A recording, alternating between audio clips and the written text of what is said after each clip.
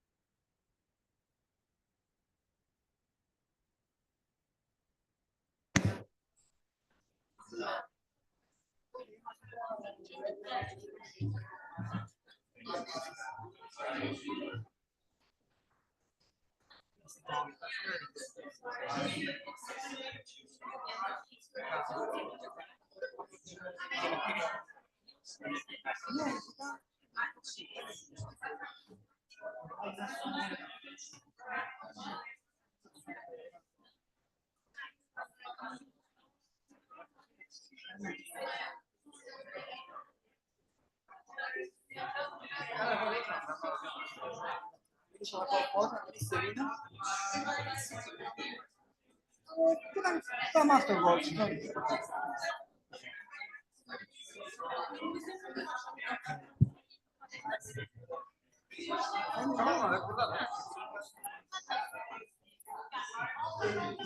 No, go and check there and everything is fine.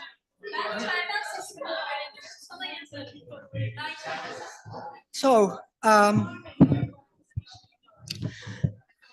thank you all for coming here tonight, and I'm happy that you all arrived safe and sound.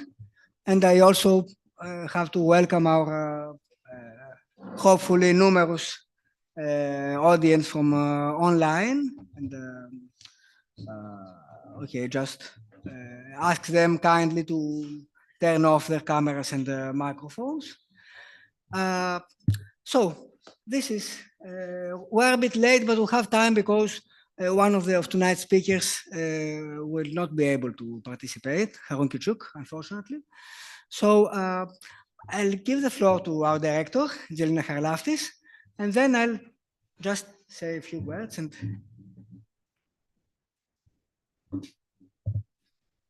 Καλησπέρα σε όλους. Good afternoon to everybody.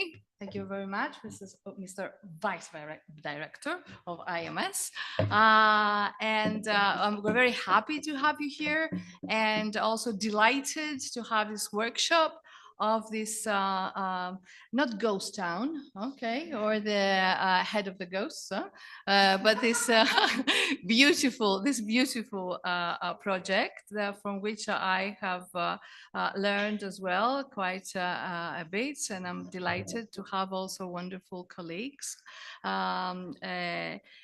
But before that, for the ones that do not know very much about IMS, the Institute for Mediterranean Studies of the Foundation of Research and Technology, let me tell you a few words.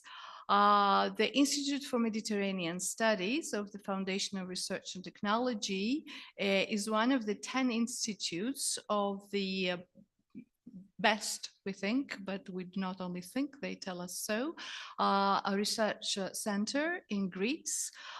It is, this year, it completes its 40 years. So we have a number of celebrations and wonderful conferences as well as part of the celebrations of the 40 years.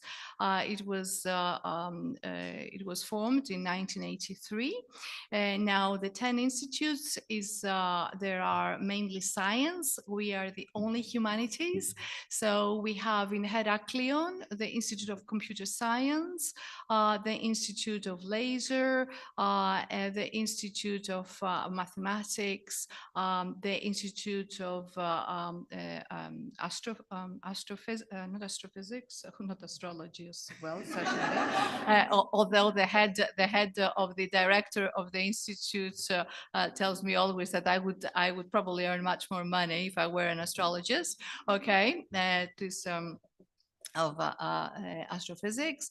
Yes, we have in Rethymno here the Institute for Mediterranean Studies, which, as I said, is the only humanities. It makes sense because the university has the science departments in Heraklion, whereas here it is we have the School of Letters and the School of Social Sciences.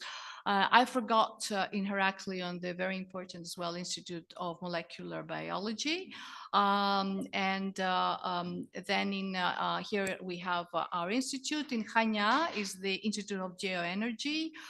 In Patras is the Institute of Chemical Engineering. And in Ioannina, it is the Institute of Medical Biology.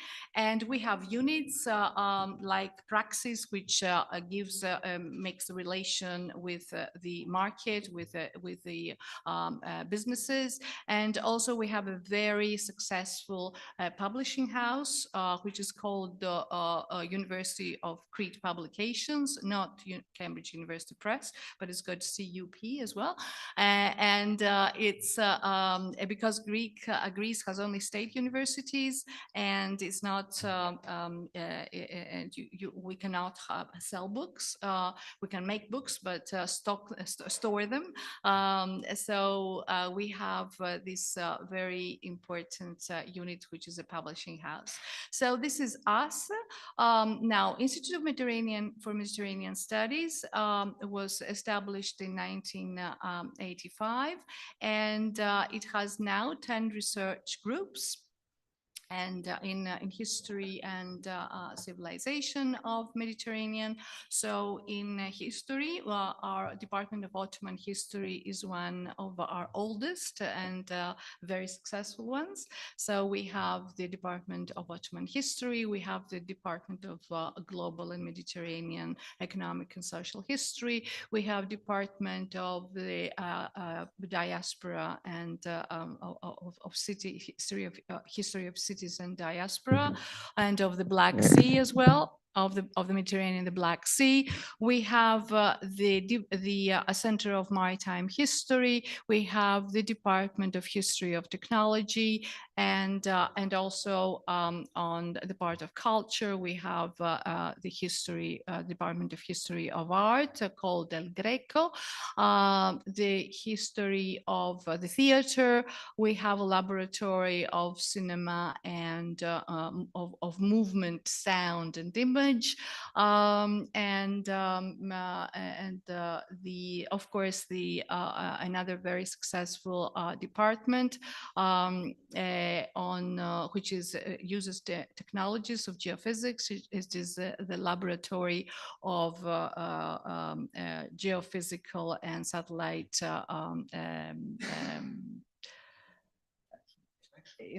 I always forget the name. It's Geosat Lab, yes, and Arco Environment. I had to teach 3 hours before coming here, so my mind is not working properly. Anyway, so this is also the geophysics with archaeologists, and that is also great. So this is us. We are very we have a wonderful working environment, as many of these projects have found out. We have a wonderful group of Turkish colleagues, of master students, PhD students, postdocs, colleagues, professors from various Turkish universities, and we are very happy about that. And collegiality and cohesion and collaboration has led us being very successful in research projects, European, national, private. We are very proud that in the last 7 years, we have had 7 ERC projects, and probably a score that no other history or culture and humanities institute has definitely not in Greece, but probably in Europe as well. And we have another 20 projects from as well European and national and private. And we're doing well by having projects. We have not only production of knowledge on all subjects that we focus on. I forgot as well 2 new departments: Department of Ancient and Byzantine World. Sorry, going back, and Department of Linguistics, which is brand new. So here we are, and And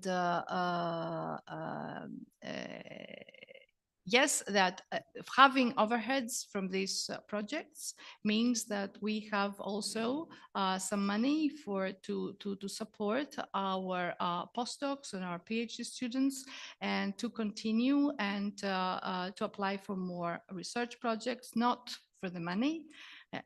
That helps, but also, but mainly for producing knowledge, pursuing our interests, and having great pleasure and satisfaction in working in research. So thank you very much, and all welcome here.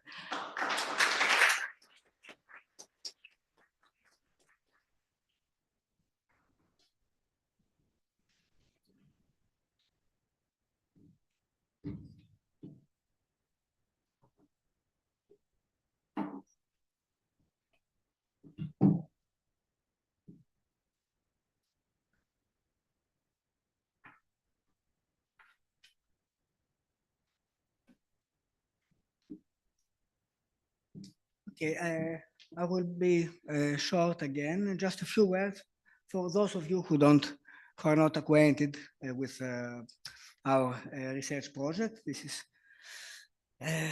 the famous GHOST. Perhaps this acronym is the most successful part of it. So, okay, the acronym came first, and then we found what geographies, histories, and so on. The idea is to study the perceptions of the Ottomans, of the early modern Ottomans, but also of some of the modern ones, with nature, perceptions of nature, natural laws, and the supernatural. So this is supported by the European Research Council in a consolidating grant. It has started since 2018. It was supposed to finish last year, but thankfully, due to the COVID pandemic, we took some extensions. So here we are now. Right. So there is a quite large research team, and most of its parts are here among us, and I'm very happy to see them. Unfortunately, some of them could not come. So you see that there is an international network trying to deal with several aspects of Ottoman worldview, history of science, and history of occult sciences.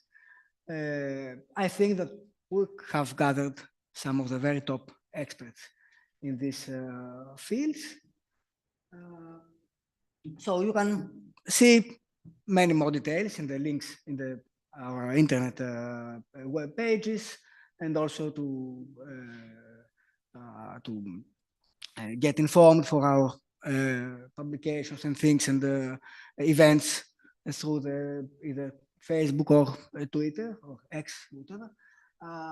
The website also contains all the publications we have. Okay, there's many, because most of them are published in the online journal I will present just now.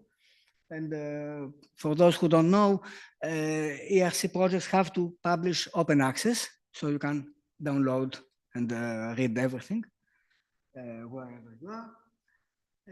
So we have this open access journal or other occasional papers, which now, unfortunately or not, is about to launch its last issue, because the project comes to an end.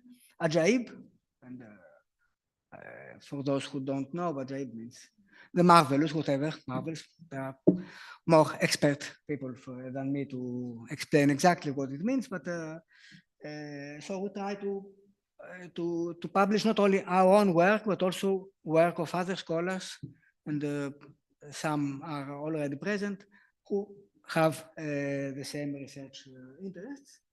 And so we planned 3 conferences. The first took place in Istanbul back in 2019 on nature and the supernatural in Ottoman culture, courtesy of Columbia University, and thanks to Tunç over there. The Columbia Global Center Istanbul managed this. The second was to be here in the Halcyon Days in Crete series of symposia. Unfortunately, due to the pandemic, we had to make it online. So it was about a more general subject, enchantments and disenchantments, early modern Ottoman visions of the world. You can read the report and at the second, I think, issue of Ajaib, or no, the third, and the proceedings are to be published not very soon, perhaps, but anyway, within the next couple of years, if I'm optimist, by Crete University Press, our publishing house. And now, here we come for our third and last conference, which at last takes place in Rethymno. And I hope we will meet the standards of all previous venues we have staged at the Institute. We started vehemently after a long pause due to the pandemic and trying to get back our expertise.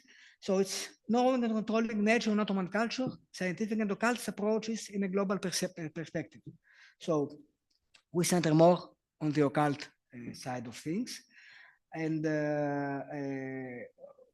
what perhaps you have noticed is that the participants are in a much larger percentage of a very younger generation. So while the Halcyon Days, if you see the participants, they were all, senior professors and very well-respected scholars in the field. In the last, somehow, paradoxically, in the last conference, we thought somehow, or it so came out, to have a lot of new PhD holders, fresh postdoc students, even doctoral candidates who are in a late stage of their dissertation. So this is perhaps a paradoxical way to end a project, but on the other hand, it could mean that this is a field that is yet to be developed.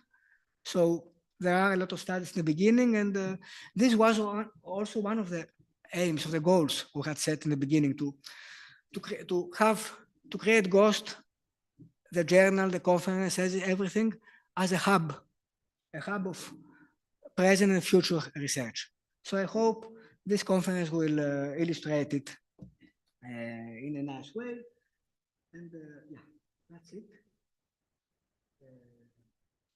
So I give the floor again to Jelena. Thank you. Should help some mood with.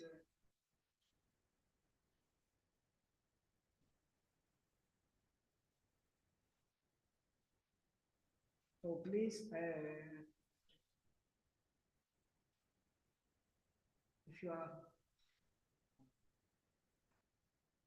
okay, we can see you, we can hear you. Thank you, Mariano.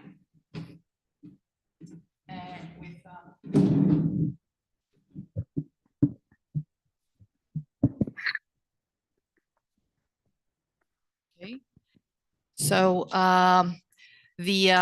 our conference is Knowing and Controlling Nature in Ottoman Culture, Scientific and Occultist Approaches in a Global Perspective. The first speaker is Hasan Yumut. Hasan Yumut is Assistant Professor in the History Department at Bogazici University, Istanbul. His fields of research include medieval and early modern astronomy and cosmology, history of science in Islamic societies, Ottoman science, and Islamic intellectual history. He's going to talk to us today about astrology in Aydin Saiz's scholarship, some remarks on the historiography of science in modern Turkey. So we have Hasan online. Welcome. We're sorry not to have you here. So you have the floor. You have to Yeah. Thank you so much for this introduction. Hello, everybody. I think I can share my screen, but first let me say a few words. First, I would like to start by thanking Marinos and other organizers of this great program. Uh, well, there's no doubt that Ghost has done a great job in our field, and I feel lucky to participate in it as a presenter.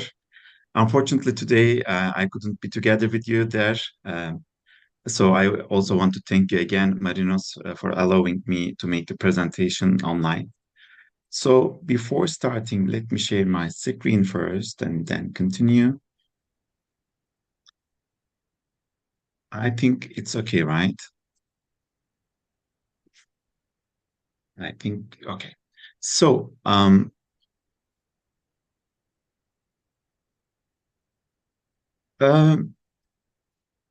as I said, Ghost has made a remarkable historiographical contribution to the field.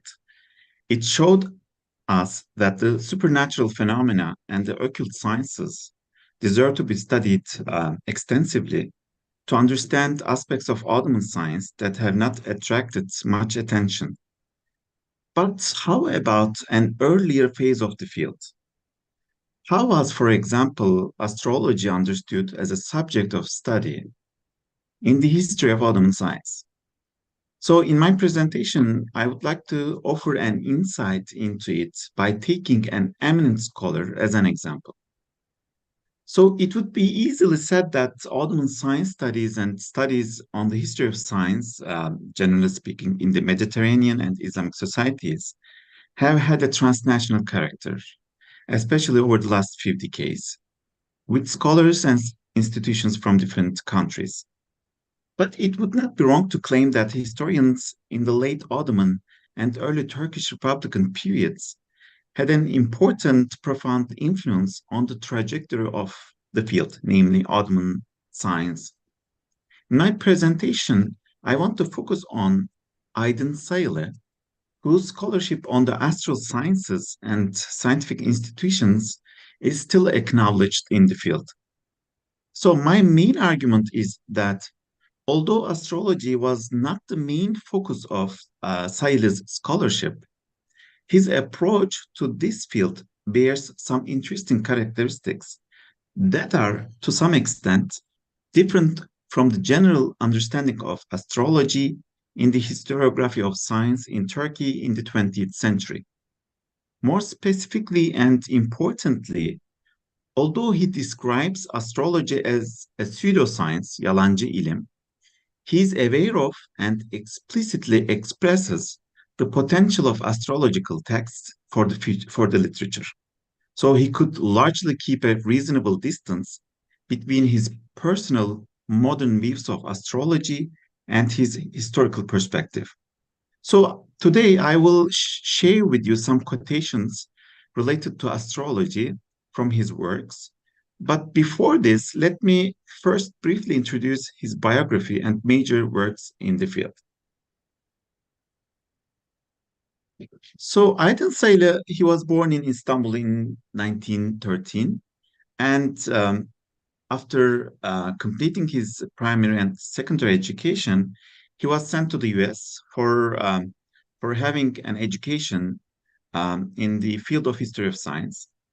And there's an interesting story about him because he was interviewed and actually encouraged to study history of science by Atatürk. Actually, Aydın Sayılı's primary aim was to be an engineer, but after that interview, he was convinced that he should be a historian of science. So he went to the US, spending some time at Columbia and other American universities. But finally, he came to Harvard, finishing his PhD there under the supervision of George Sarton, who is a very important founding figure in the field. And his thesis was about scientific institutions in Islamic history. And apparently, his PhD degree, is the first one to be given in the field of the history of science. And then he came back to Turkey and started teaching at the Faculty of Letters at the University of Ankara in 1943. And he was very active for the regarding the institutionalization of the field. And he established the first chair in the history of science in Turkey in 1952, and through which he could make institutional contributions to the development of the field. And he had students, of course, and became active or founding members of several journals in Turkey and abroad, and institutions including the Turkish Historical Society and the International Academy of the History of Science. And equally important, in 1973, he was awarded the Copernican Medal by the Polish government for his work on Copernicus. And he died in Ankara in 1993. Actually, Aydın Saylı is a famous person in Turkey, not as a historian of science, but someone whose actually photograph is seen on a banknote, on a Turkish banknote. So, as for his works, I should say that Saylı was a prolific scholar with a wide range of interests. And we know that he continued his curiosity about scientific institutions in Islamic civilization, which is the subject of his dissertation, until the end of his life. In this respect, we should mention his magnum opus, the Observatory in Islam, and its place in the general history of the observatory.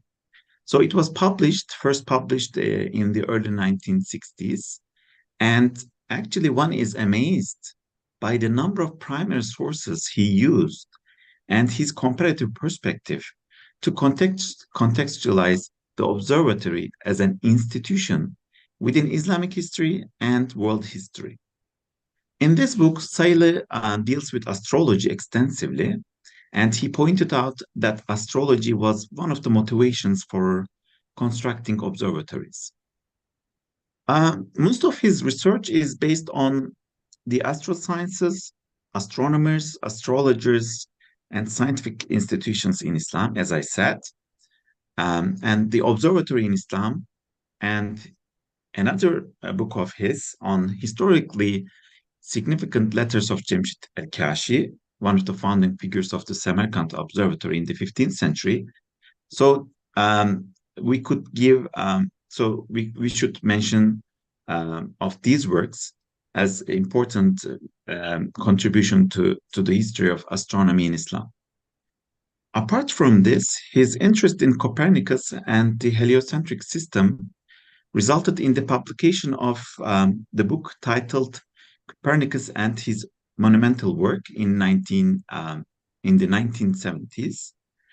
And he also works dealing with technical examination of certain mathematical subjects. And an example for that is the book on Abdul Hamid ibn Turk, a prominent mathematician from the 9th century, and his algebra. Another work of Aydın Saylı, which is especially interesting from a historiographical perspective, is titled, it's a Turkish book, it's a book in Turkish, but let me give the English translation of that, the title, the English translation of the title. So, Mathematics, Astronomy, and Medicine in Egypt and Mesopotamia. So, as we understand from its preface, he has two historiographic motivations. First, Sumerians were important in the history of science, and since Saylı thinks their language has some resemblance to the Turkish language, quote, it is normal that this subject concerns us as the Turkish nation, unquote. So I don't have time to discuss this subject, but let me add this only. So this book deserves further attention for inquiring about the intertwined relationship between the idea of the nation state and the role assigned to the history of science in the early Republican period. The second motivation of Sayle with this book is to criticize Eurocentrism. While he emphasized how significant the Greek and Hellenistic scientific traditions were for the following generations, he wants to demonstrate that the scientific tradition in Mesopotamia influenced Greek science. So this book also deals with astrology substantially. Along with his personal research, Aydın Sayılı seems to have had was a good organizer of large academic events. He organized symposia and later edited volumes on Avicenna, Ibn Sina, and Biruni, both from the 11th century. As I said before, generally speaking, Sayılı deals with astrology not per se, but with reference to its place in the observatory setting and with reference to its relation to astronomy. So he presents the observatory as an enterprise by rulers who were interested in astrology thanks to its function to predict the future. So Sayılı says, quote, very likely astrology had a considerable influence in the foundation of observatories from the early centuries on, unquote. So the Malaga Observatory, which was commissioned by the Ilkhanid ruler Hulagu Khan and was built by the famous astronomer, philosopher, and theologian Nasreddin Tusi from the 13th century, is a strong example for him. More interestingly, Sayılı contends that criticism of astrology became a huge challenge against the institutionalization of astral enterprises. Let's have one more quotation from him. That criticism of astronomy and astrology constitutes a handicap to the development of the observatory as an institution, and that this was overcome partly as a result of the Turkish-Mongol domination over Eastern Islam, unquote. So notably, Sayılı puts astronomy and astrology under the same category as far as criticisms towards them are concerned. So here there's something interesting. So what he means by criticism of astrology is understandable. But what he means by criticisms of astronomy is actually unclear to me.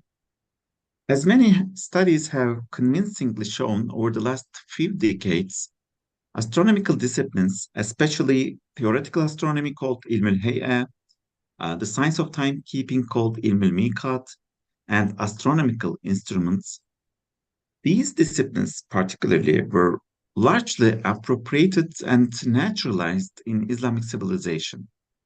So I will come back to this shortly.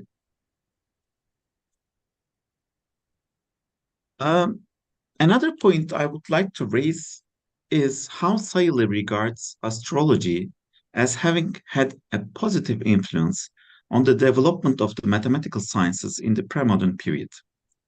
This is so for both Mesopotamian and Islamic sciences from his perspective. In his book on sciences in Mesopotamia and Egypt, Sayılı elaborates on the role of astrology in developing scientific thinking. According to him, an enterprise that seeks to understand the order in nature and explain it systematically promotes scientific thinking, even if it is on a primitive basis, as in Mesopotamia. He also talks about astrology's role on the promotion of the mathematical sciences in the Islamic context. Quotation is as such: the patronage of astronomy by the rulers, religious authorities, and the people was a more or less stable policy in spite of the criticisms made especially against astrology, and it is certain that astrology had an important influence in furthering the study of astronomy and related mathematical sciences, unquote. So likewise, he writes, along with and through astrology, astronomy and mathematical studies were encouraged and protected. So therefore, I think it would not be far-fetched to infer from Sayles's account that on several occasions throughout Islamic history and even before that, mathematical sciences functioned in the service of astrology. Sayles seems to have opened the door to the argument that the mathematical sciences were instrumentalized for the sake of astrology, at least as far as the observatory setting is concerned.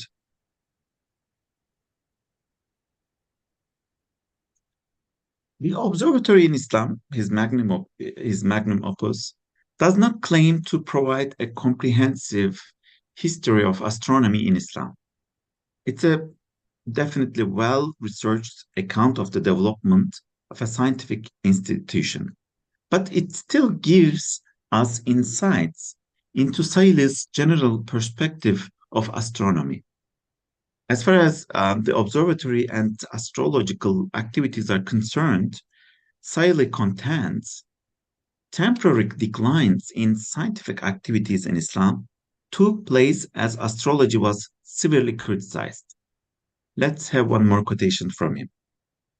Any decline of interest in astrology and the religious utility of astronomy, which may have set in about this time, were undoubtedly temporary. Indeed, we see astrology strongly entrenched in the royal courts as well as among the people for centuries to come, and we find the Muwakkil's office a firmly established institution. There's no doubt, therefore, that in general, Islam relied heavily on astronomy, both as a handmaiden of religion and as a means to attain to power and to achieve success, unquote. So here, as we see, Sayles evaluates the place of astronomy and astrology on the basis of their religious, social, or political utility.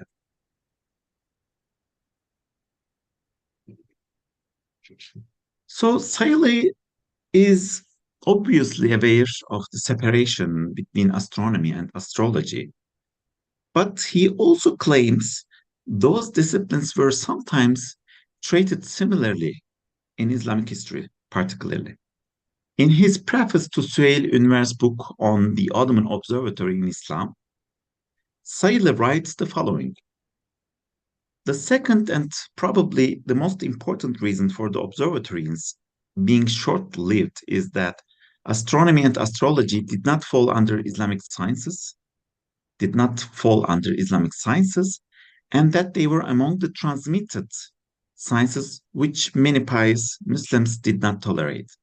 It is for this reason that the observatory could not find itself among religious and benevolent institutions. So here, Sayles' interpretation is heavily based on the trajectory of the observatory, which is surely understandable. But considering the astronomical fields related to timekeeping and finding the direction of the Qibla, as well as religious texts, including Kalam, theology, philosophical theology, discussing Aristotelian cosmology and Ptolemaic astronomy, one should be cautious concerning Sayles' generalizations. So, before concluding my presentation, I would like to share with you Ekmelettin İhsanoğlu's words about why they decided to prepare the Ottoman astrological literature book as part of the Ottoman Scientific Literature Project, although it was not in the original plan. This huge project has produced more than 15 bibliographical books since it started in the 1980s. So İhsanoğlu admits, quote, while preparing the first 2 volumes of the series on astronomy, we decided to exclude works on astrology which is considered a branch of the supernatural disciplines, occult sciences. Our understanding of science influenced this attitude back then. Today, after a long period of time and considering the maturity of the history of science studies in the world, we believe that this is no longer the right decision. Therefore, we are making up for it while completing our series. So, astrology was not a fashionable subject of study in Ottoman science studies. And İhsanoğlu's words genuinely expressed this situation. But Ottoman science studies now, it's now much richer with new questions, perspectives, and talented and productive scholars. It's also more connected to the general history of science and to the literature on the history of sciences in Islam. So with this in mind, I believe Aydın Sayılı stands in a special position.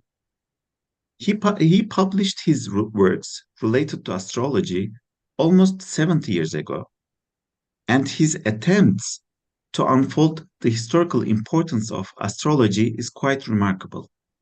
So there is, I think, still much to learn from him. Thank you very much for your attention.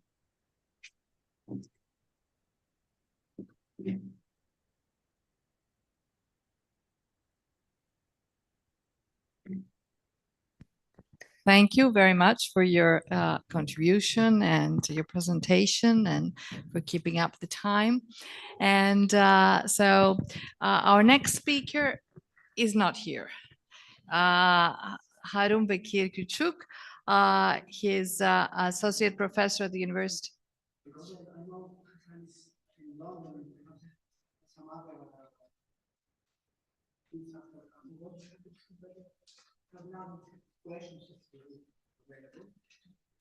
So you think that we should go to questions now directly? Okay, great. Okay, so since we have some time before I'll go to our next speaker who is here,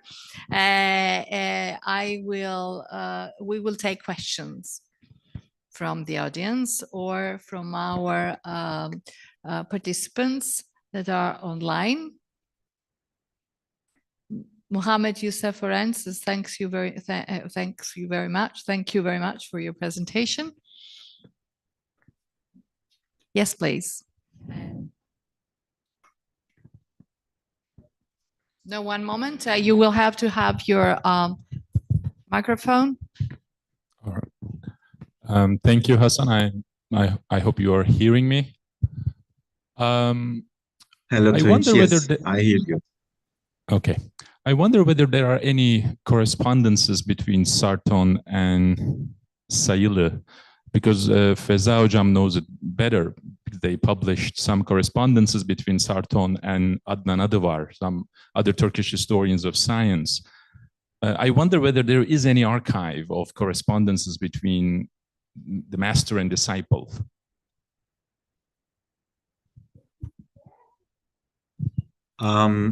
As far as I remember, thank you very much, Tunç. It's a very important question. Yes, the correspondence between Adıvar and Sarton, they are interesting, but probably letters between, as you say, Sarton and Sayılı would be more interesting. So, if I remember correctly, yes, there are some letters, I think.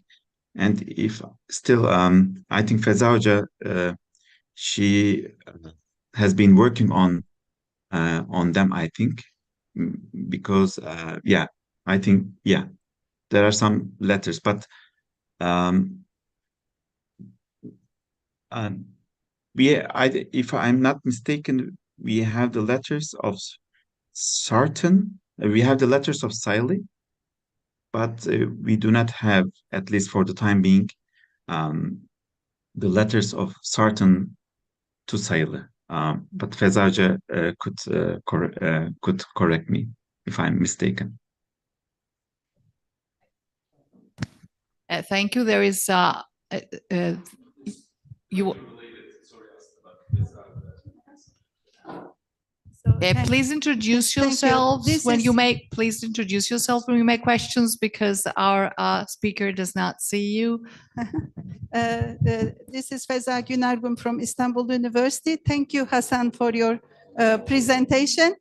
I want just to add few notes about the correspondence of Aydın Sayılı with George Sarton. In fact, there are about 40 letters. Sarton was clever enough to make copies of his letters before and send them to Sayılı. But seemingly Sayılı did not keep Sarton's letters. But anyway, there are some Sayılı letters and some copies of Sarton letters in Harvard University. And this starts at 1935 when Sayılı was sent to Harvard. And they correspond until 1940 when Sarton starts his PhD. During the time of his PhD, there are no letters between Sayılı and his supervisor. I put supervisor between guillemets, quotes, because I'm not sure if Sarton was really the supervisor of Sayılı. He doesn't say he was my supervisor. Maybe Henderson helped him a lot during his PhD studies, but in these letters, they never speak about science. I mean, nothing on astronomy, nothing on the subject of his thesis that he will undertake and so on. That's only about the courses that Sayılı has to take, because he studied 6th-year physics in Harvard University, then took some courses on history of science because Sayılı wanted to do so, but nothing about astronomy, nothing about astrology, nothing about Islamic institutions of science, which is the subject of his thesis. The question is whether Sarton, as the director of the department or chair, was really the supervisor of Sayılı. This is the one question. Maybe you know about it. I was not able to find decisively the answer. The second thing is to find the letters written by Sarton and kept by Sayılı. I don't think that Sayılı threw away these letters because he loved very much Sarton and he had a great esteem for this professor. So I was not able to find them in Ankara. So this is maybe if you are interested to go on with Sayılı, it's better to search these letters, and this will be a great contribution to history of science in Turkey. Thank you very much again for your presentation. Do you have a related question? Wow, thank you very much. Yeah, thank you very much, Hocam. Yeah, for the clarification. Thank you. It's related. So thank you. My question is about method. So you present us a historian without any historical or any intellectual context, based only on these books. Clearly, no research has been done about other correspondence. This person could have lived in any period of history. And this is not a question, but a comment. As a fellow historian, I found it incredibly problematic. Thank you. Well, thank you so much. Thank you so much for your comment. So it's a beginning of a research, I think. So I have presented preliminary findings of my research, but you're right about that. Thank you so much. Okay, thank you. There's another question at the end, please. You didn't say your name. Sorry, Aslı Niyazoğlu. Okay. Aslı Niyazoğlu. What university? Oxford. Oxford. Okay, thank you. Thank you, Aslı. Thank you very much. Hasan, thank you for your presentation. I'm Nikola Pantic of the University of Vienna. I just wanted to ask, because I'm looking at the sources which are a little bit earlier, and I mostly look from at these topics from the Ulamaic perspective. So it's kind of specific still how they commented on all of this.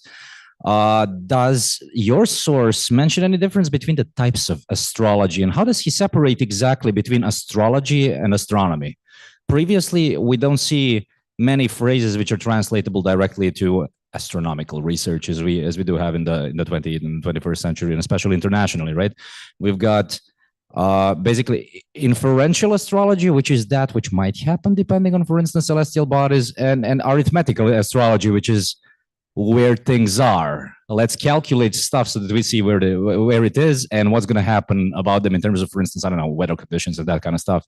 So while one is certain, the other might be problematic from the Orthodox perspective, because it might bring up results which are kind of inaccessible otherwise. So that's what, does he show any sensitivity to these kinds of differences when he's talking about his topics?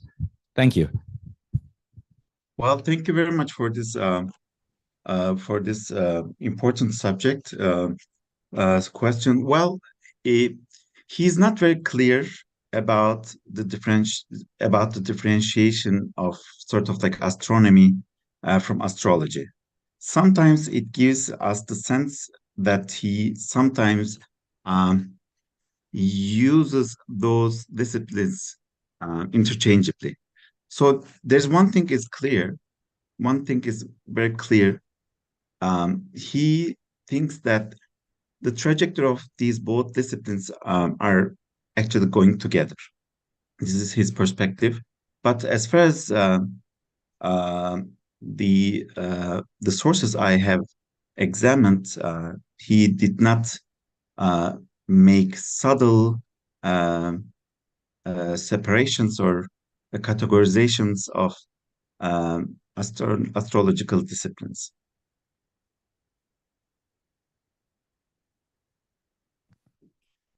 Okay, thank you. Anybody else? Do we have anybody online? No?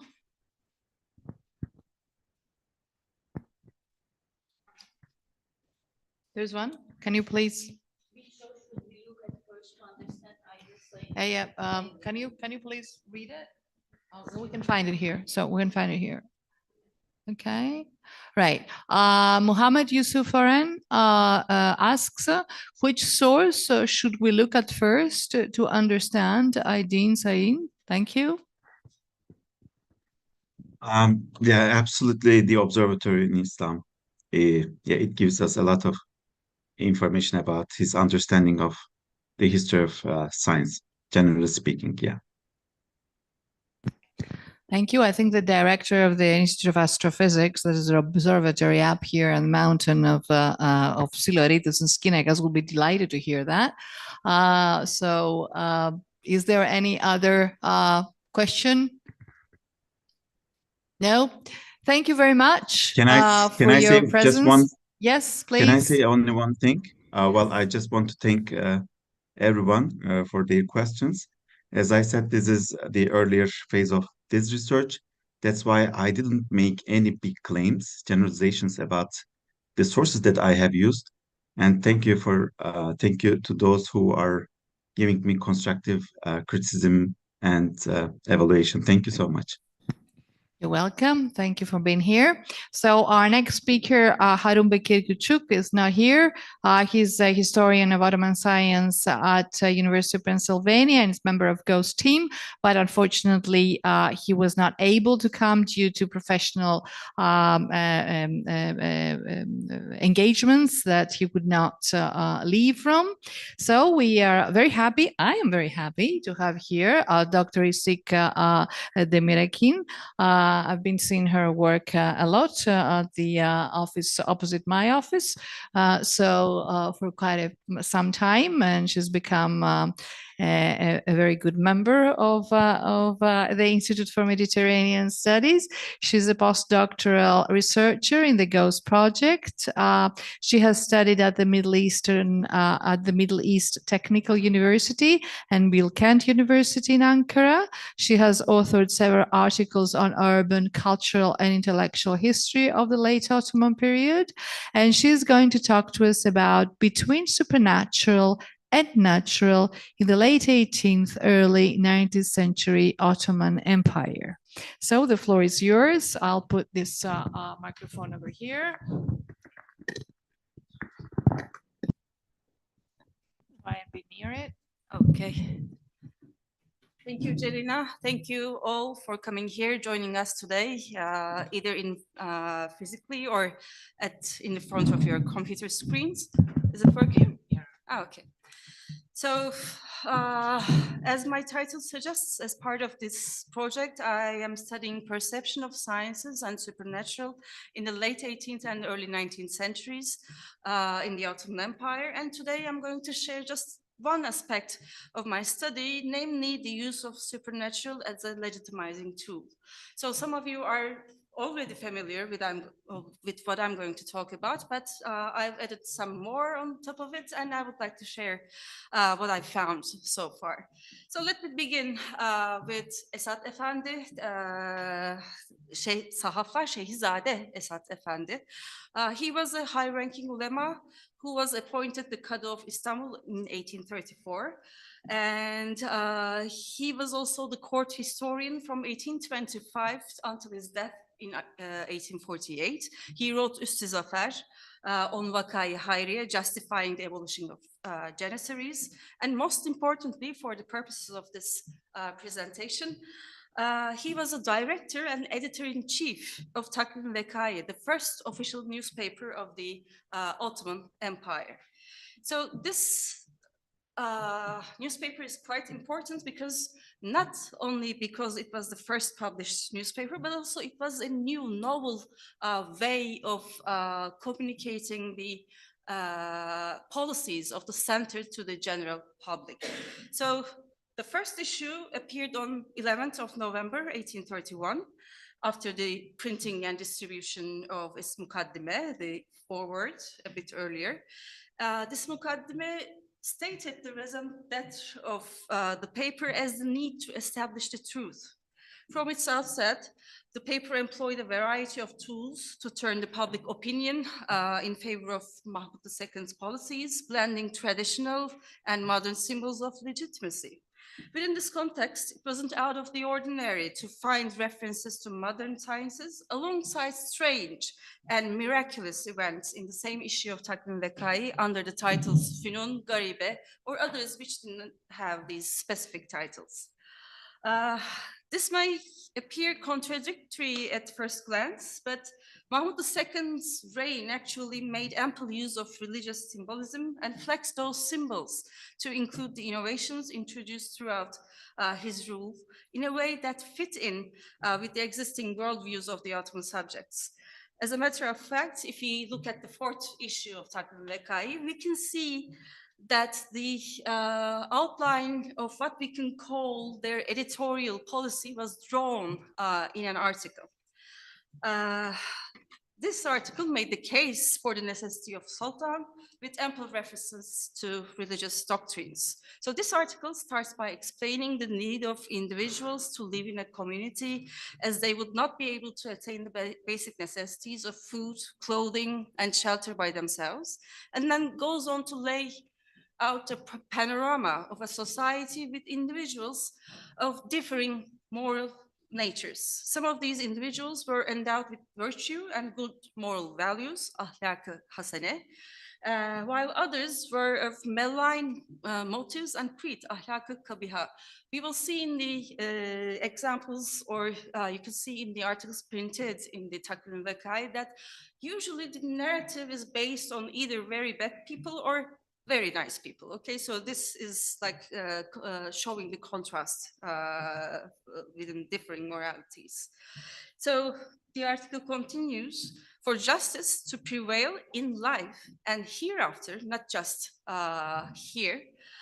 The cruelty that good people suffered at the hands of the wicked ones had to be stopped, and this could only be achieved by a strong ruler who is likened to a captain navigating his ship through stormy seas, who was Mahmud II.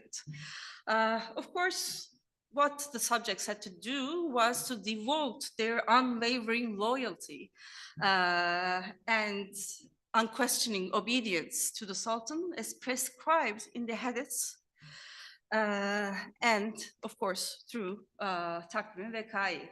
So in return, the Sultan had to protect his subjects by eliminating the corrupt and the wicked, like the Janissaries, and he needed a strong army trained in ulum-i harb, to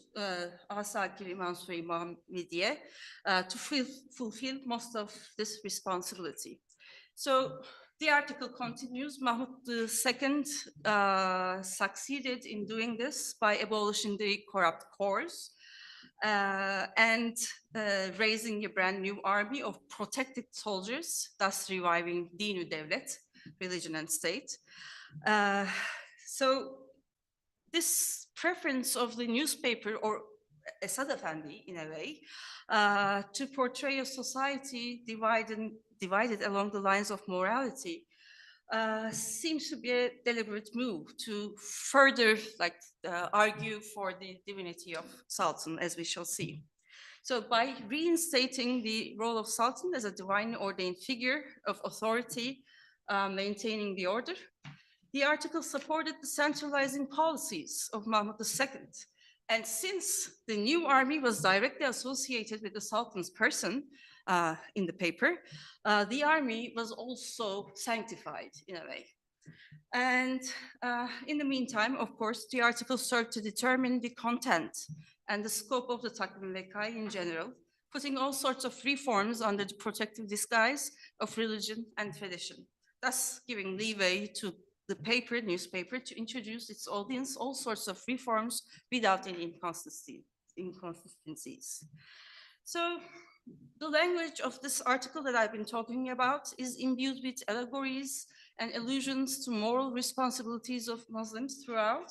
Furthermore, it is by no means subtle in emphasizing that any objection to the deeds of Sultan, that is the reforms of Mahmud II, would be disobedience to religion and bore with it the risk of eternal punishment. It probably helped in the writing of these articles that Esad Efendi was there, and also the staff of the newspaper comprised people of Müderris origin. So in a way, the paper aimed to bring together both sciences and supernatural to support the rule of Mahmud II. So usually, as far as science is concerned, we have very small, short articles talking about the printing of new books or some developments in sciences, aside from a very lengthy article on a medical operation, which was really described in minute detail, and Mahmud II's visit to the medical school, how the new techniques were taught there. There isn't much reference to sciences. So I will be moving on to the strange phenomena, which is more fun in a way. This extended from just the extraordinary yet still mundane in a way to folkloric creatures, dreams, various miracles, and maladies that would befall the individuals if they resisted or questioned the reforms. So Esad Efendi, as I said, was the court historian. So while he was writing his history, he usually employed this element of strange, garaib in his history as well. So he wasn't foreign to this kind of narrative, so he carried it into the newspaper as well. So in his history, for instance, he mentions several cases of garibe. These again range from simply interesting bits of information to much more supernatural ones, like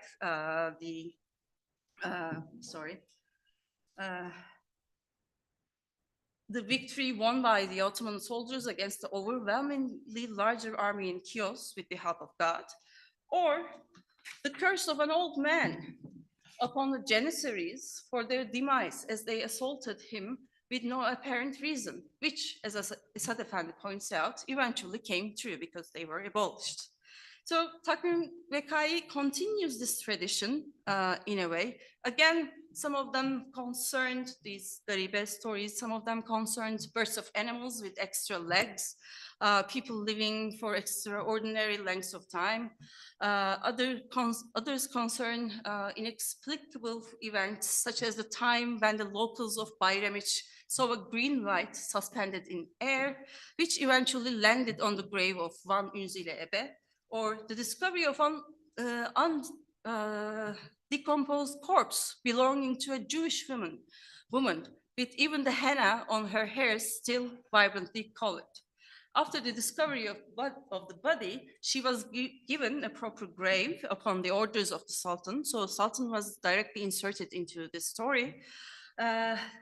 So as an act of benevolence from the side of Sultan, she was given a proper burial. So in this respect, the similarity between Esad Efendi's history and Takvim Vekai is quite apparent.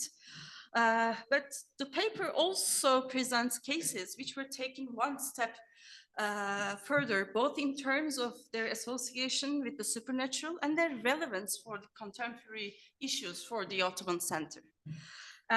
Such vividly and meticulously described news attested a divine quality to the person of the Sultan and his decisions, which were often portrayed as having been made in the name of Islam, and thus any opposition, as I said before, to this would be punished both immediately and in the afterlife. Before I move on to my example, I'll give you one example.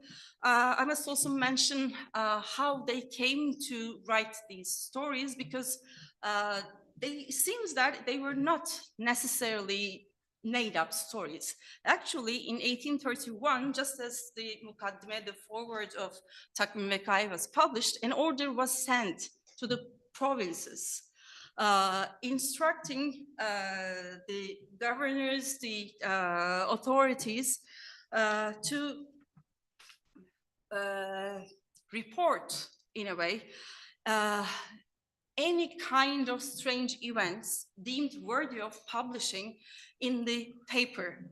And while they were doing that, they would be indicating the date, the description, and the truthfulness of the story in accordance with the Sultan's orders. So these were, in a way, pouring in from all around the Ottoman Empire to the center and to the Takvim Vekai offices.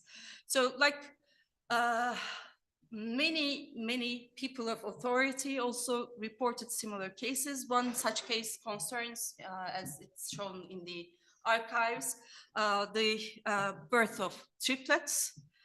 This Mutesellim of Saruhan, Ib'a, he reported this to be a kind of a strange event to the center. And this was also printed in the newspaper as well, but with the addition of Mahmud II, how he was so compassionate that he granted lots of money to these newly born triplets and their families. So these strange news coming from all around the Ottoman Empire was incorporated with the personality of Sultan to be presented as kind of a like, I don't know if it's right to say this, but as a propaganda piece in a way. So let me give you an example, because I've been talking about Asakir Muhammediye. I will give an example about this one. It concerns the opposition to the recruitment of soldiers for the Asakir Mansure. And the event concerns one Ayşe from Tosya. Although this conscription law was not enacted until after Mahmud's second reign in 1844, Asakir Mansure was manned by recruits from the provincial population of the empire. Some were volunteers and others were not. So the reaction to recruitments evolved into revolts in many places. Sometimes they were joined in by and led even by ayans and former janissaries in the provinces. So this Ayşe had a stepson. The stepson was among the 30 recruits gathered from Tosya. And according to Takvim Vekayi, of course, it doesn't state whether he was willing voluntarily joining the army or not. But Ayşe, unfortunately, in the paper's words, had a tender heart. She had as she was a woman, the paper says. So she was moved to tears when her stepson was leaving, and she dared to remonstrate, to oppose the recruitment of her stepson, but from within, without saying anything aloud. She just cried, and she didn't say anything. Okay. The following night, she has a dream, and in her dream, an old wise man, Kırsakallı Zat-ı Nurani, appears to her, scolding Ayşe for the seyyiyet, the sin she committed against the army organized and equipped by our Sultan, the protector of Islam, for the sole purpose of defending the religion. Okay, this is the quote from the newspaper. Since such an audacity could not go unpunished, the old man in the dream ordered his men to throw Ayşe into the furnace and burn her. When she felt the flames on her skin, Ayşe wakes up screaming, "I am burning," and she starts to beg for forgiveness as she then understands the truthfulness of the Sultan's intentions. Sadly for Ayşe, this wasn't enough punishment. She was pregnant at the time of this impertinence against the Sultan's army, and after she gave birth a couple of days later, the old man once again visited her in her dream to remind Ayşe of her crime, saying that her sin cost the life of her innocent baby. She rises from the bed in a haze to check on her baby, only to find the burned or charred remains of the infant. So this eventually, of course, prompted Ayşe to go before the court, tell what happened and repent for her actions. So she was punished, although she didn't have any outward appearance of rejecting or opposing the recruitment, and she only was sad from within. She was punished for it. The dream obviously leaves no room for interpretation. Hellfire or punishment waits those who oppose the Sultan. Still, in line with the traditional storytelling style, the article ends with a moral warning. It is the duty of the subjects to obey the Sultan's order, not only visibly, but also internally. Tarafı padişahiye zahiren itaat farz olduğu gibi manevi dahi itiraz etmemek vacibe-i zimmeti ubudiyettir. So that was the reason why she was punished, although there are no outward signs of her protests. So this also, therefore, adds another layer to the supernatural aspect of the case, as the internal worlds of the individuals were not hidden from the sight of the spirits, and therefore subject to the rules imposed on the outward expressions of this content, making both the spiritual and the mundane, in a way, the domain of the Sultan. So Mahmud ruled all, in a way. So we have many other examples of these such punishments, such supernatural punishments as against or as a result of revolting against the center, the Mahmud II's policies, etc. But it wasn't always about punishments. Thankfully, there were some times when the supernatural did not came with some benefits in a way. So while denouncing the new army could cost a life, for instance, recognizing its noble intentions and honoring its good deeds could bring a new life into the world, as seen in the case of one Sayyid Mehmet and his family. So Sayyid Mehmet and his wife had been trying unsuccessfully to conceive for the past 15 years.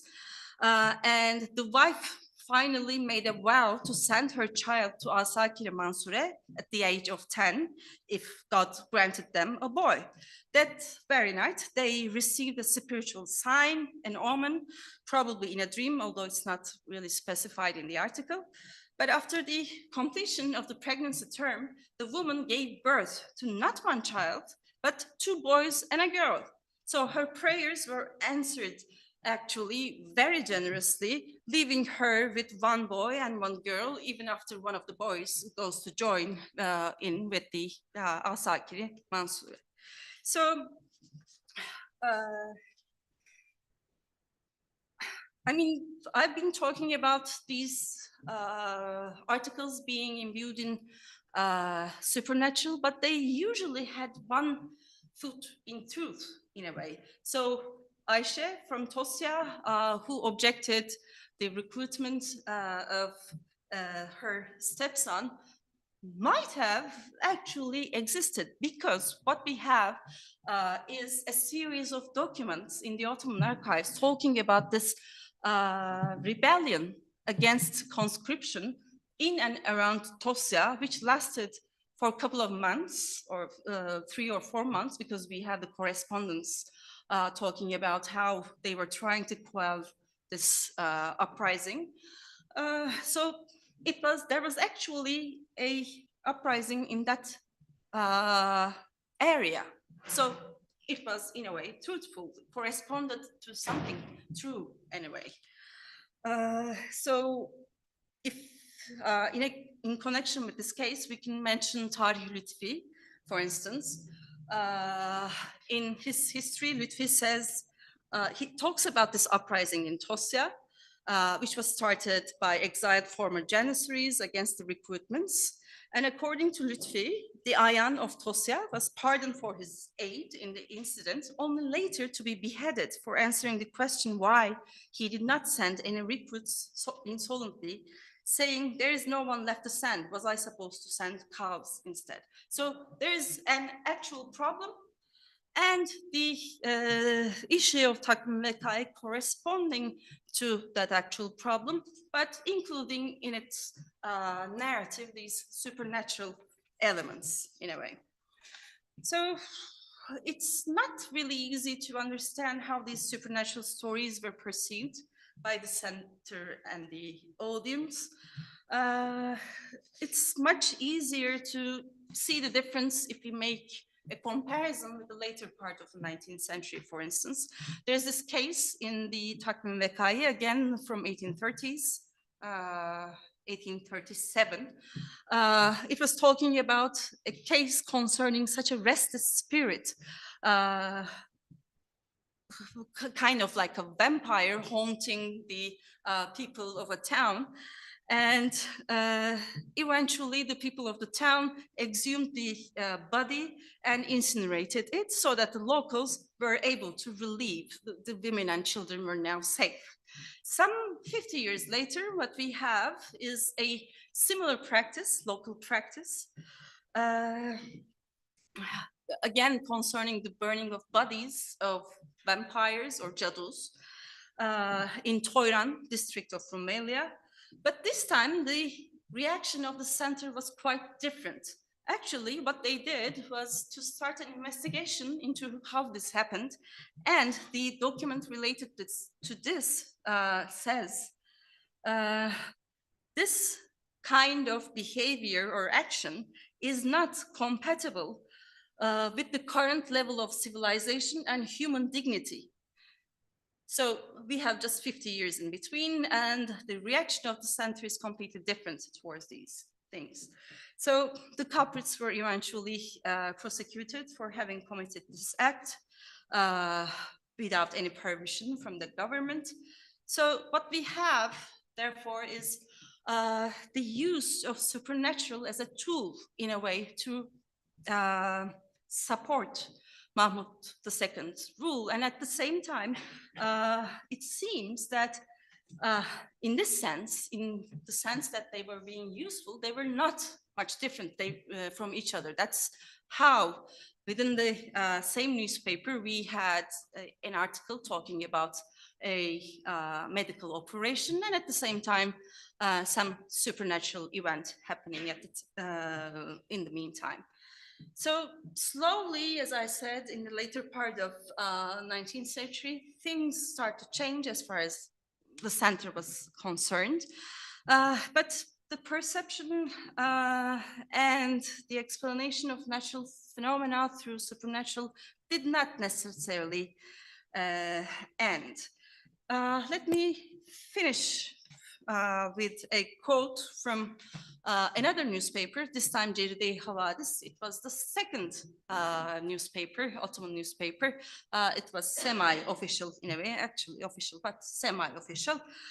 So this author talks about how ilim and fünun, sciences, are progressing.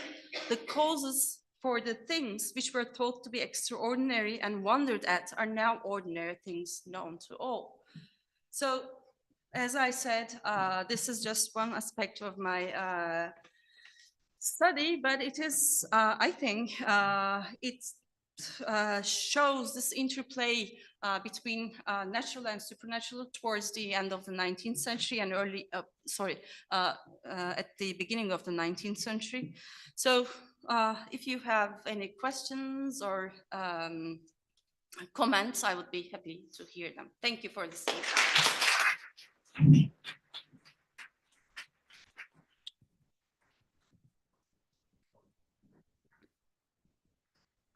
Thank you very much for this highly interesting and rich presentation. If I knew your stories, I would ask you to come at my office and tell them to me. Not very much at night, actually, but I was good. Any questions, please? Yes. Yeah. Don't forget to state your name and affiliation. Hi, Yasemin Akçagüner from Columbia University. Işık, this was very fascinating. So thank you so much for all this new material and primary research that you brought here today. I want to just clarify what is the date of the Aisha story and like what year is that? And also what year is the Tosya Rebellion? I just missed that. And I actually have a substantive question, which was, I was going to ask you to elaborate.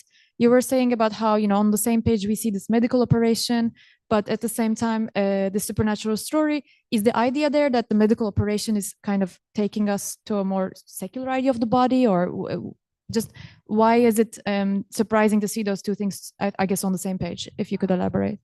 Okay, now we have the titles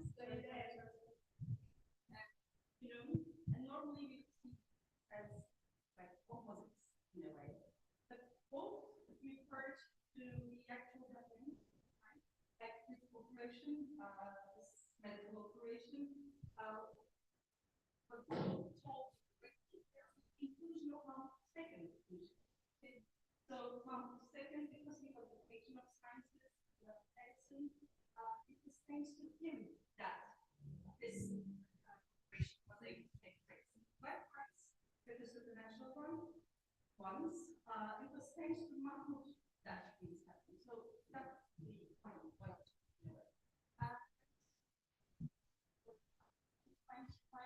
I think it's 1831. Thank you so much.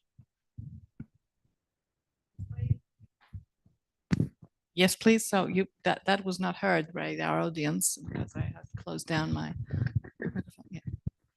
First of all, thank you very much. I really enjoy this stuff, and it was very entertaining, and also it shows clearly this thing we constantly forget, and this is this interrelation between the natural and the supernatural in imagination, which is not that, it's been a thing not that far long ago. So it's something we constantly need to be reminded of when we were looking into this stuff.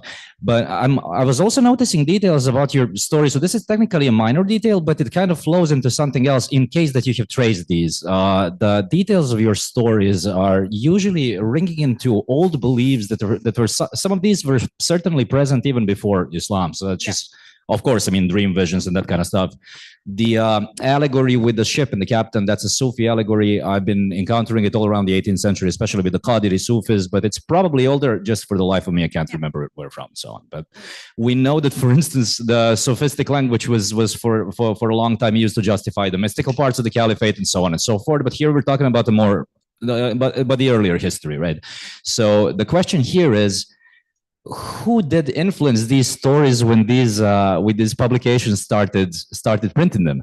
Is this a concentrated push to work on the extant beliefs and a possible, let's say, system of beliefs that existed in the court, or were these publishers focused on picking up, for instance, the collective representation of the ordinary people who were supposed to be the targeted audience, or was it a little bit of both?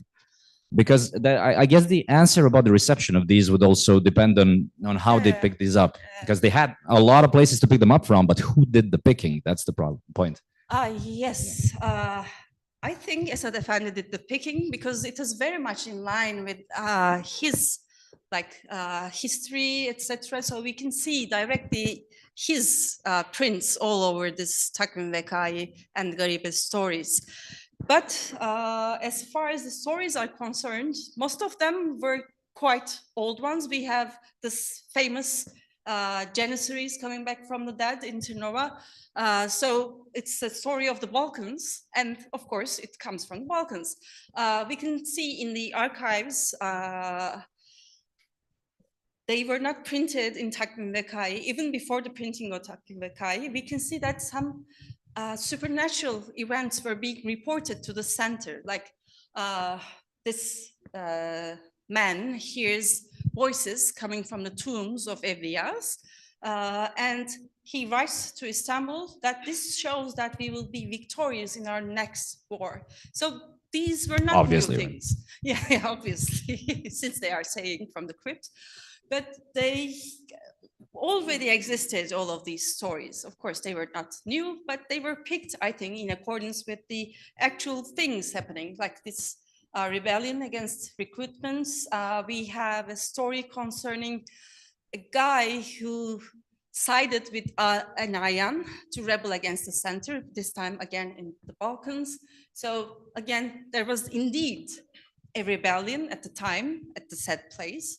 So they, I think, picked in accordance with whatever was going around actually at the same time, very practically, anyway.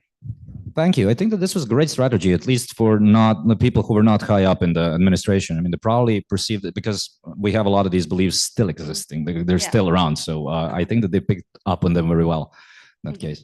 Thank you.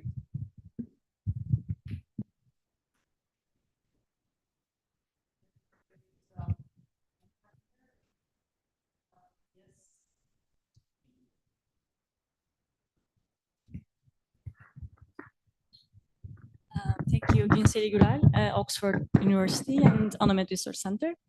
Thank you, Işık. This was fascinating and I really enjoyed it.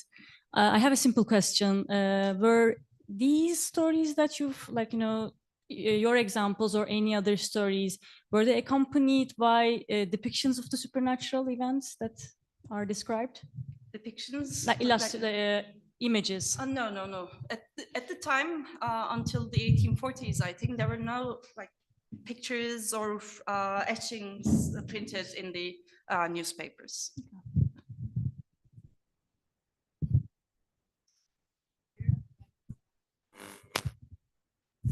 Thank you so much, Işık. This was wonderful. I have two questions. One is about the guy, Esad Efendi himself, and his intellectual interests.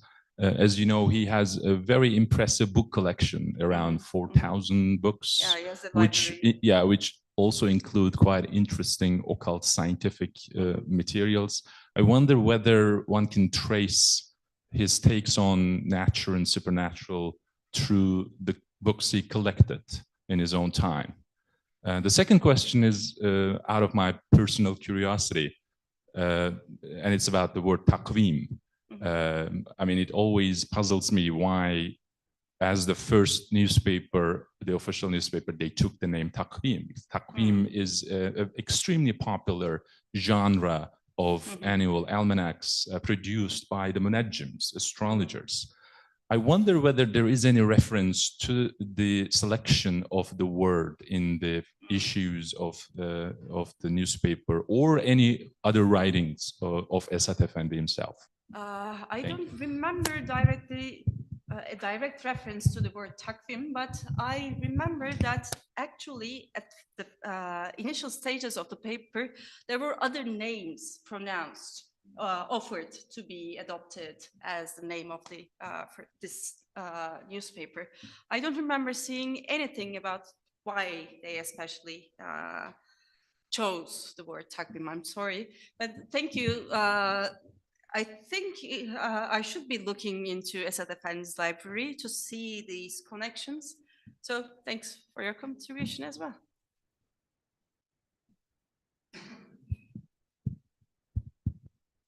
Thank you so much for this wonderful presentation. I was just wondering when I heard the story, Aisha's story, basically. She was a Tosyalı, you said, right? Actually, in Tosya, like the 59th Bölük of the Janissaries was like quite dominant. And something like 70% of its manpower, you know, was coming from Tosya and the surrounding regions.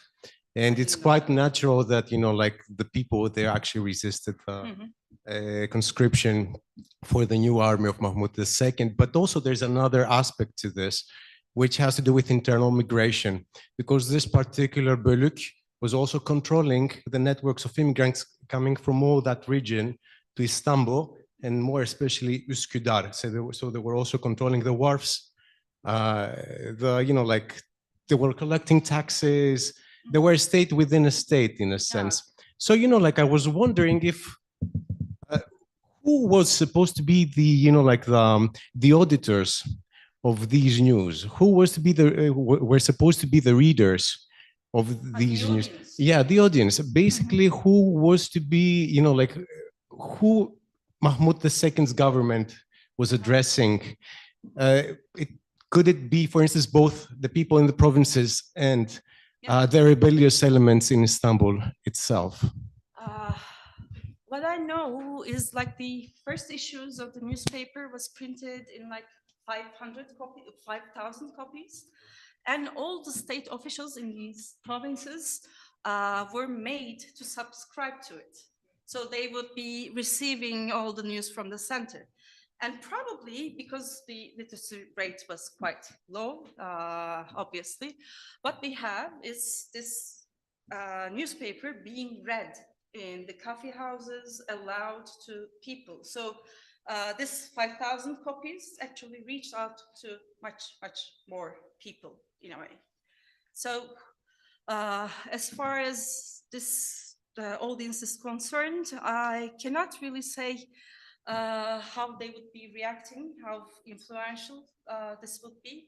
But in a way, spreading the news about this wrongness, in a way, of the Janissaries, of whatever rebellion is taking place was first and foremost the objective, I think.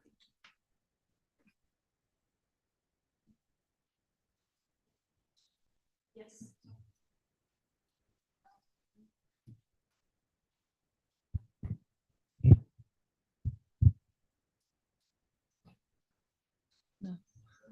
No.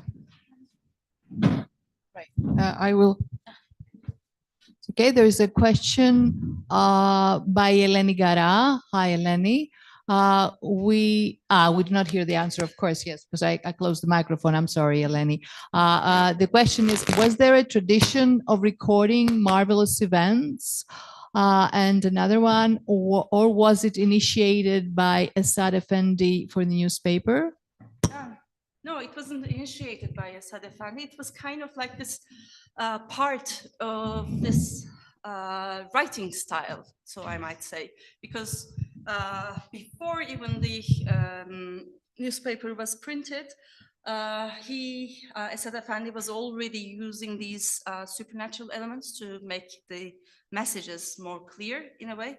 And even before him, we have these miracles happening in the histories of or in, other court historians in the Ottoman Empire. So this wasn't really a new thing, a novelty, in the sense that he was talking about this supernatural, but the new thing was now it was being printed and spread all across the Ottoman Empire.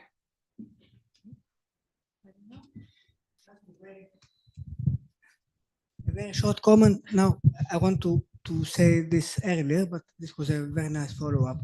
I think that, okay, this, as Sasson also said, all these marvels were modeled upon a very old model, okay? So, especially this, the ISA miracle with the dream and the punishment, or there could be very common in Menachim Name in the 15th or 16th century, or perhaps in an urban collection of sense stories of the 17th or 18th century. But what makes these stories strangely modern, apart from being printed, in my view, is the very straight political use of them. I mean, the fact that the Sultan in person or the Sultan's policies are so much present. I mean, if, correct me if I'm wrong, but I think there's no such thing recorded ever before. I mean, miracles with such a straight involvement of the government. Like, okay, you have who is that historian writing about Ahmed III, Safi, I think, and he has some instances of the Sultan's omnipresence and omniscience, perhaps, but this is of another, this has just to do with the greatness of Ahmed III, the poor Sultan who had no victory. But here, this is so, I mean, focused, so instrumentalized. And I think now one should also have make a comparison with European early modern and modern miracles. But as far as concerns the Ottoman case, I think it's very peculiarly modern, this fact. It's a comment.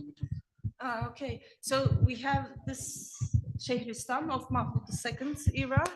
He was Yasin Rizade Efendi Abdülvahap, I think. So he wrote a treatise on justifying the rule of Mahmud II through hadiths. So it was a collective effort from all around, not just through the newspaper, but there was this constant effort to justify the policies in a way.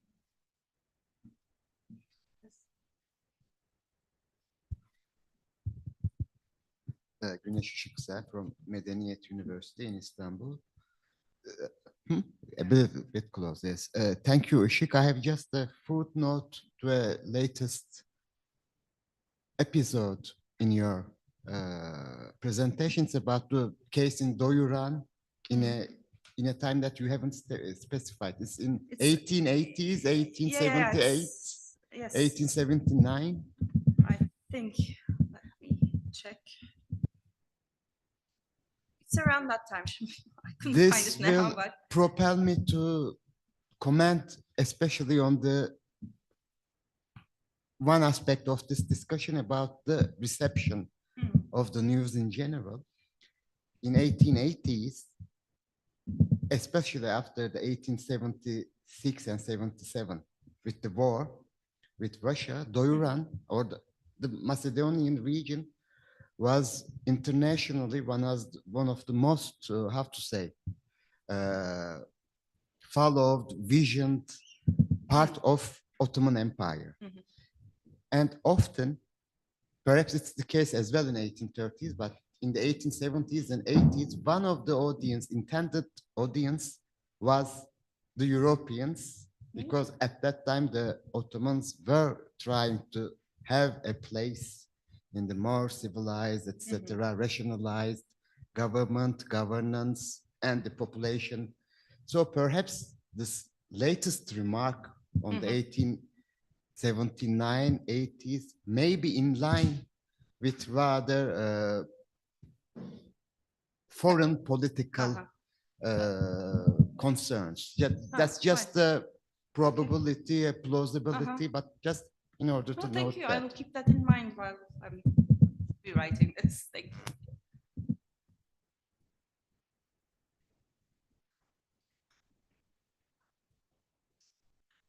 We have a reception to go, but before that, you will allow me a last question. As you know, I love ships in the sea. I was delighted to hear about Mahmud II and how controlled ships in high seas.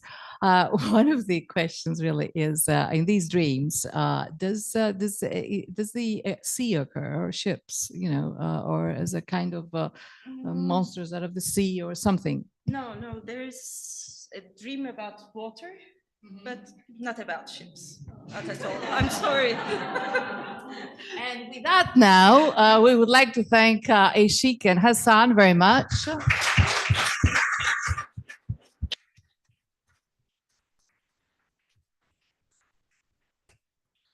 Thank you. This was a delightful session and a very constructive discussion. We now invite you to our garden and to the reception. I'm sorry about our participants here that cannot enjoy this, but thank you very much for being there. Have a very nice rest of the evening. So. You too. Thank you. Bye.